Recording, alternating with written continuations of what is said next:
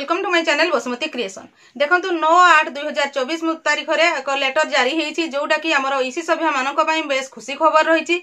सही चिठी रे मिशन शक्ति विभाग तरफ से कौन खुशी खबर रही से किपरि भाव में यह चिठी द्वारा उपकृत हो पारे से विषय में आम डिटेल्स जाना। तेणु आपण मैंने भिडियो को स्किप नक शेष पर्यंत देखु। यही चिठी आमर 9/8/2024 तारीख में आसी। चैनल टी को प्रथम थर पर देखुले सब्सक्राइब करनियंतु एवं पाखरे थिबा घंटी चिन्हटी को टिपी ऑल बटन को प्रेस कर दियंतु। ताहले आपण माने मोर आगामी वीडियो नोटिफिकेशन ठीक समय रे पाई परिबे। एही चिठीटी Shri Ashish Ranjan Sahu OS deputy secretary to government समस्त जिलार डीएसडब्ल्यू निकट को पठाइछंती एवं एही चिठीर विषय वस्तु रही जे मिशन शक्ति तरफरु जीपीएलएफ एवं बीएलएफ रे कार्य करुथबा ईसी मेंबर मानकर मीटिंग फी एवं एफटीए पई फंड रिलीज रो चिठी आसीछि। मीटिंग फी एवं एफटीए टंका जो हमर जीपीएलएफ गुडी करे कार्य करूछंती ईसी मेंबर माने बीएलएफ रो जो ईसी मेंबर अछंती सेमानंक पई मीटिंग फी ट्रांसफर करबा पई ए चिठी रे उल्लेख एही चिठी रे उल्लेख अछि जे जीपीएलएफ एवं बीएलएफ गुडिकर ईसी मेंबर मानक पई एफटीए एवं मीटिंग फी बाबद को 123,45,54,000 टंकार फंड आसीछि। एही फंड टी एप्रिल 2024 रु सेप्टेम्बर 2024 पर्यंत मोट 6 मास पई आसीछि।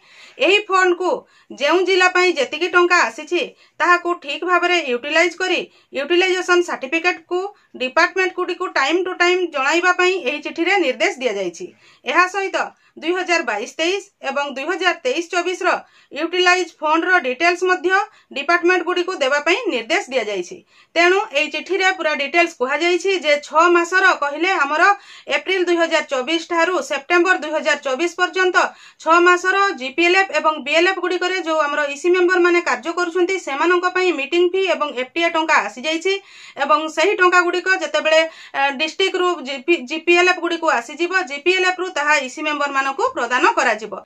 देखंतु ए चिठी रे तो जो माने ईसी मेंबर अछंती बीएलएफ हो किबा जीपीएलएफ हो से माने निश्चित भाव में खुशी होई सारिथिबेणी से माने डिटेल जानि पारिथिबेणी जे से मानकर ए जो आगो को अछि सेप्टेम्बर मास सेप्टेम्बर 2024 पर्यंत से मानकर मीटिंग फी एवं एफटीए टंका आसी जाइछि कि तेणु से मानकर जीपीएलएफ को आसिला परे से माने पाई परिबे। किंतु बहुत समय रे मो वीडियो गुडी को देखि कि बहुत ईसी मेंबर माने कमेंट करथांती जे दीदी हमर एप्रिल 2024 रु आमे मीटिंग फी एफटीए टंका पाइनु आमे केबे पाइबु आ पाइबु कि नाही आ आसीबो कि नहीं ए सब जो चिंता करथिले सही चिंतार तांकर अंत घटिछि एवं एही लेटर जेहेतु आसी जाइछि लेटर तो नुहे सीधा सड़क सही टंका समस्त डिस्ट्रिक्ट को आसी जाइछि डीएसडब्ल्यू को से डिस्ट्रिक्ट रु ताहा केवल खाली जीपीएलएफ को पठेबार बाकी रहिला।